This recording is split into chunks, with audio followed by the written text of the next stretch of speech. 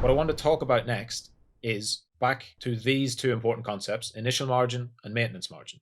Let's talk about those again. Remember, I said that initial margin was the amount you need to open a position, and the maintenance margin is the amount you need to keep that position open. So when we talked about a second ago on the chart here, the cost, that is your initial margin. So the initial margin for this trade we put on is $70. So we know the IM. Okay, great. But let's imagine we're going to get into a trade right away and we're going to keep it open with something called maintenance margin. Well, you'll note that I said the IM is set by exchange and be different for each coin exchange, and the MMR, you always need to know the MMR, and it's also set by the exchange and different for each coin exchange. So before you ever enter a trade, you need to know what that is. There will be a contract details section on every coin you trade. The maintenance margin and initial margin are a percentage, and they will be in this section. If the section doesn't show it here, click on more, and then you get the full contract details for, in this case, Atom. We scroll down, we find the two values here. I have them highlighted. The initial margin for Atom is 2%, and the maintenance margin is 1%. So what does that mean? Well, going back, we know that initial margin is 2%, maintenance margin is 1%.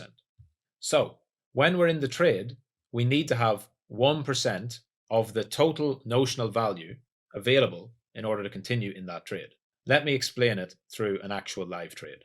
It's easiest. So if I wanted to enter a live trade immediately, I would go to market order. And let's just market buy, and I can remove this. We are now in a trade for 20 Atom. We used around 72 to get in. So our initial margin was $72. That was how much was required to enter that trade. Why was it $72? Because we were using 3x leverage and we wanted to open a position of $217. So we had 20 Atom multiplied by the current price when we entered, and that gave us 217. To use 3x leverage, we roughly had a third of that, so 72, and that got us our initial margin. For that position to stay open, remember what we said on the other page, the base value for maintenance margin is 1%. That's 1% of your notional trade value. So you go to value, if you hover over it, you'll see it explains it, the notional value of the current position. So we have to take our calculator and we say what is 217.78, and we want to find 1% of that. So multiply it by 0.01, and that gives us 2.17, and that is the level, that is the point at which we will get liquidated. Meaning, if our margin drops in value to 2.177, then it'll be liquidated. So this is assuming we don't, of course we would use a stop loss, but if we don't use a stop loss, that's where it would get liquidated. So keep that number in mind, and we'll calculate and see. You can see that it shows the liquidation price automatically for you, but I'm showing you how to manually calculate it so that there's no confusion, all right? So because we're using 3x leverage, the liquidation price is going to be all the way down here, all the way down at 7.36. In fact, it's even lower. The liquidation price is going to be all the way down 7.369. So if I take it from entry all the way to 7.369 there, you can see that that is a drop of 32%. Not super important, but the dollar amount, it would drop $3.523 in the value of Atom. That is what is important. You take that 3.523, you multiply it by 20, okay?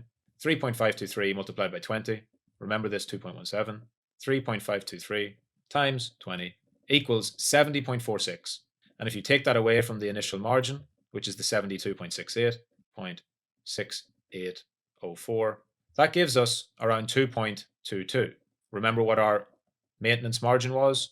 It was 217, so that's 2.22. 217.78, get 1% of that, 2.17, okay? Slight fluctuations because the price will change, but you get the idea.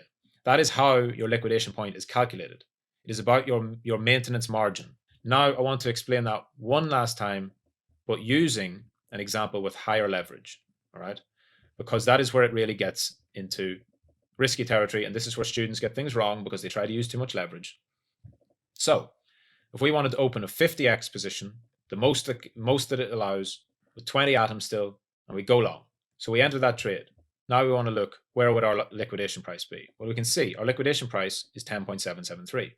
You might think that 50x would get you liquidated if there's a 2% down move, right? Because 50x is 2% and 10x is 10%. That's what people commonly think, that amount of leverage gives you that amount of leeway, but it doesn't, because your maintenance margin is different.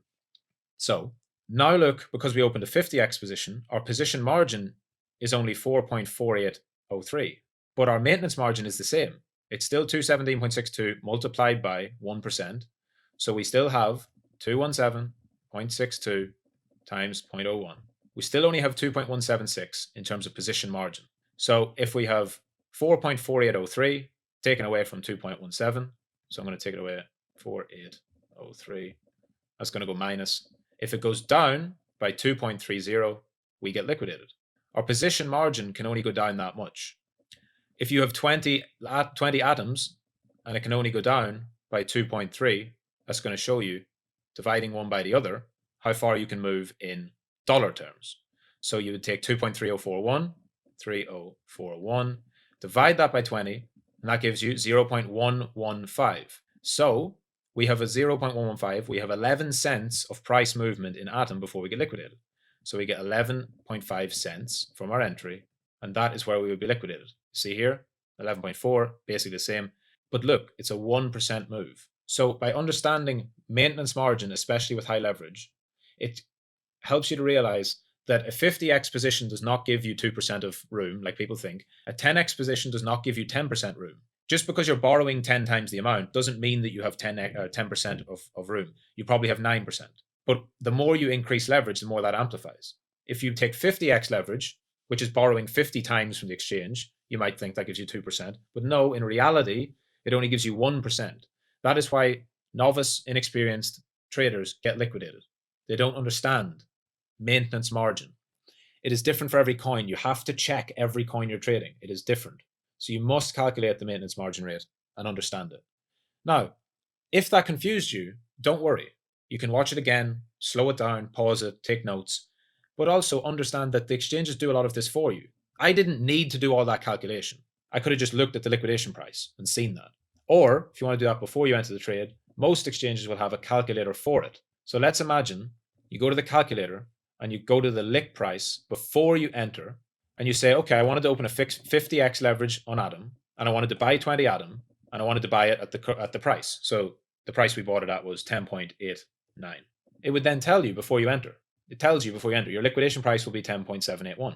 So then you need to look on the chart and say, well, I wanted let's say, for example, you wanted your stop loss to be below this low. And if you look on the right-hand side, that stop loss would be at 10.621. So you immediately know I can't use 50x leverage on this trade. So then you alter it and you say, what about 40? 10.726, that still doesn't allow me. What about 30? 10.635, that still doesn't allow me. What about 25? 10.563. So yes, I could use 25x leverage with that position size, and the liquidation point would be below that low. But that's just how the calculator tool works. That's not the way you should do it in reality. The way you should do it is, of course, like I said, you calculate your entry, stop loss, and your risk first, because if I wanted to do that 20 Atom trade and I wanted to put my stop loss below this low, 10.616, I would lose 5.8 USDT. So I actually wouldn't be risking enough. So then you can see it and say, okay, I would have to put on probably 35. Yeah, if you put on 35 Atom with your entry here and your stop loss there, then your risk is around that $10 mark. So just to summarize on that, leverage comes last. Always calculate your risk from your portfolio first. Divide that by your entry minus stop. Get your position size in the number of coins. Get your notional size in dollars. And then the leverage will take care of itself. If you don't have enough money in the account to cover the 212 in this example, you will then borrow based on what you need, like we showed with the 3x example. That is it. Please watch this again, slow it down, pause it, take notes, play around on the exchange like I showed in a previous lesson. Put a small amount of money on the exchange, $5, set the leverage bar up and down, enter and exit trades, learn how to define your risk. You need to make practice. You have to practice this. Before you go live into real trading with real money and a real strategy, you have to understand how these things work.